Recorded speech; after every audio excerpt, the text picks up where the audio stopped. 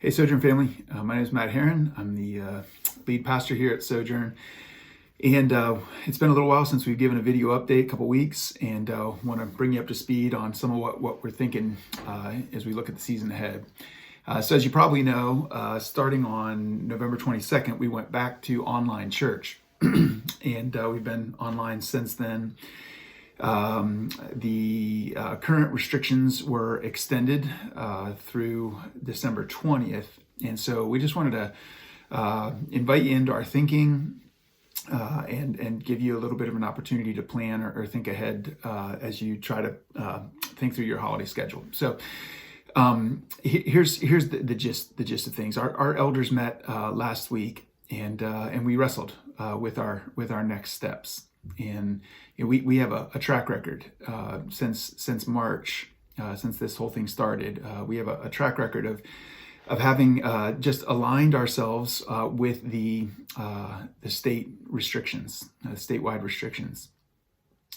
And one of the reasons why is because the goal of the state restrictions is to basically create a community project where our whole state is invited into this journey of trying to figure out how it is that we can stop the virus.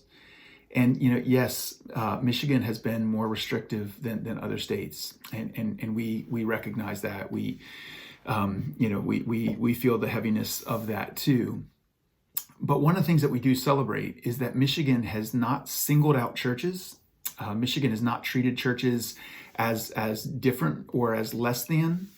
And so when we read the executive orders and we see that we are being, as a large group gathering, we're being asked to act in the exact same way that every other large group gathering is being asked to act, we've just chosen to honor that and to try to be part of the statewide community solution. And that's been our track record. At the same time, that doesn't for a single second mean that we don't feel the weight of those restrictions, that we don't recognize the burden in our own hearts and in your heart, the longing to be together. And so just because we think that it's our responsibility to be part of this project together, it doesn't mean that we don't feel it. It doesn't mean that it doesn't weigh on us. And we've received both criticism and gratitude for the way that we've handled it. So we're aware of the fact that what we've done has really blessed a lot of you, and it's really hurt a lot of you. And so we feel that. We feel it every single day. And so here's where we are. Here's where we landed. The current restrictions extend through December 20th.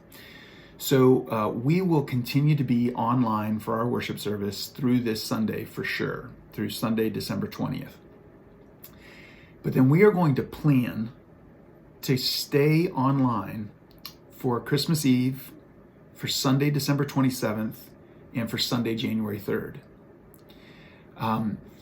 Now, the restrictions could allow for large group gatherings to start meeting again.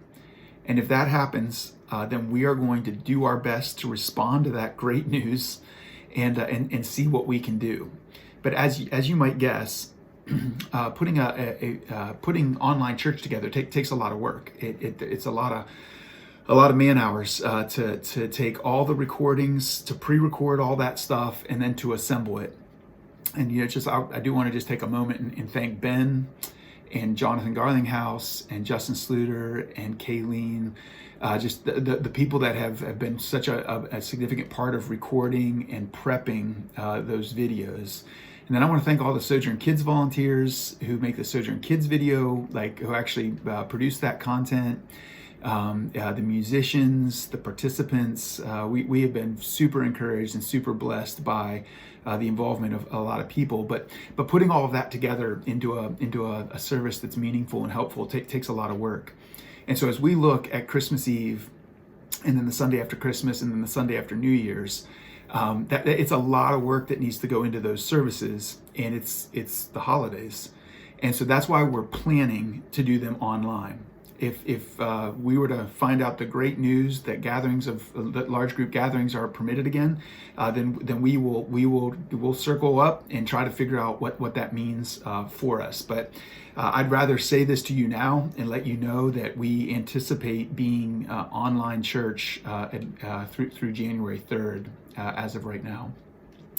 Our hearts are heavy about that. I hope you can feel the burden that we are carrying with you in regard to not being able to be together, especially during Advent season, which is such a special part of the church calendar. And so, we lament the condition of things, but we're also thankful. We continue to hear stories of sojourners caring for sojourners and sojourners loving their neighbors.